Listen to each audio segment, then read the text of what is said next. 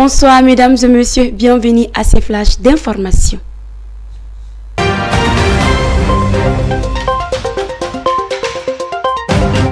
Conseil des ministres, adoption d'un projet de loi portant modification de la loi numéro 2022-019 du 24 juin 2022 portant loi électorale. Le Conseil des ministres tenu ce mercredi 15 février 2023 sous la présidence du colonel Assimi Goïta, président de la transition, chef de l'État, a adopté un projet de loi portant modification de loi numéro 2022-019 du 24 juin 2022 portant loi électorale.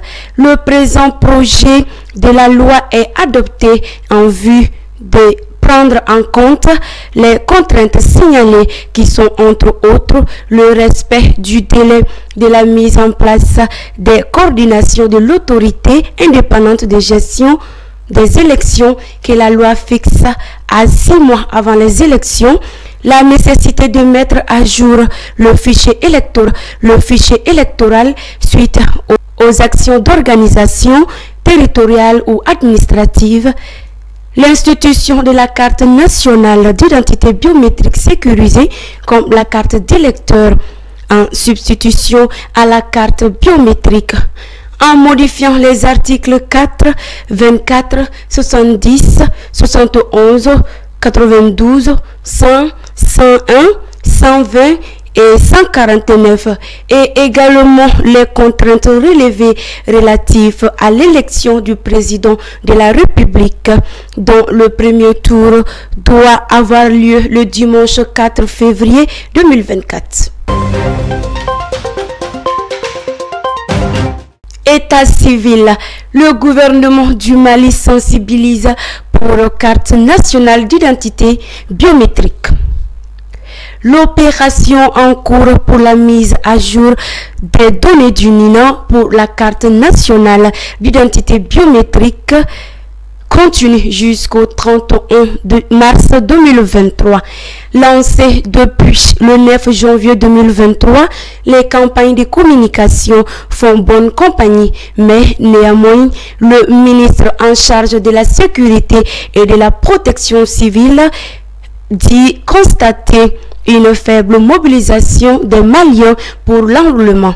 Dans un communiqué publié le 14 février 2023, le chef du département de la sécurité et de la protection civile a rappelé le peuple malien en l'invitant à se mobiliser pour la mise à jour des données du numéro d'identité nationale devant aboutir à la carte nationale d'identité biométrique.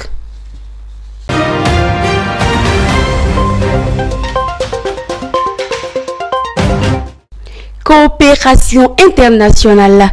Le chef de diplomatie malienne séjourne en Éthiopie. Dans le cadre du 36e sommet des chefs d'État et de gouvernement, le ministre des Affaires étrangères et de la coopération internationale est en cours de visite à Addis Abeba, en Éthiopie, depuis le 14 février 2023. C'est également pour la poursuite du plaidoyer et de la démarche entreprise dernièrement par les 3 pays de la transition, à savoir le Mali, le Burkina Faso et la Guinée, pour la levée des sanctions, les suspendant des activités de la CEDEAO et de l'Union africaine. Lors de la présente visite, le ministre Diop a rencontré plusieurs personnalités en compagnie de ses homologues du Burkina Faso et de Guinée pour la même question des sanctions de ces organisations régionales et sous-régionales de leurs pays respectifs.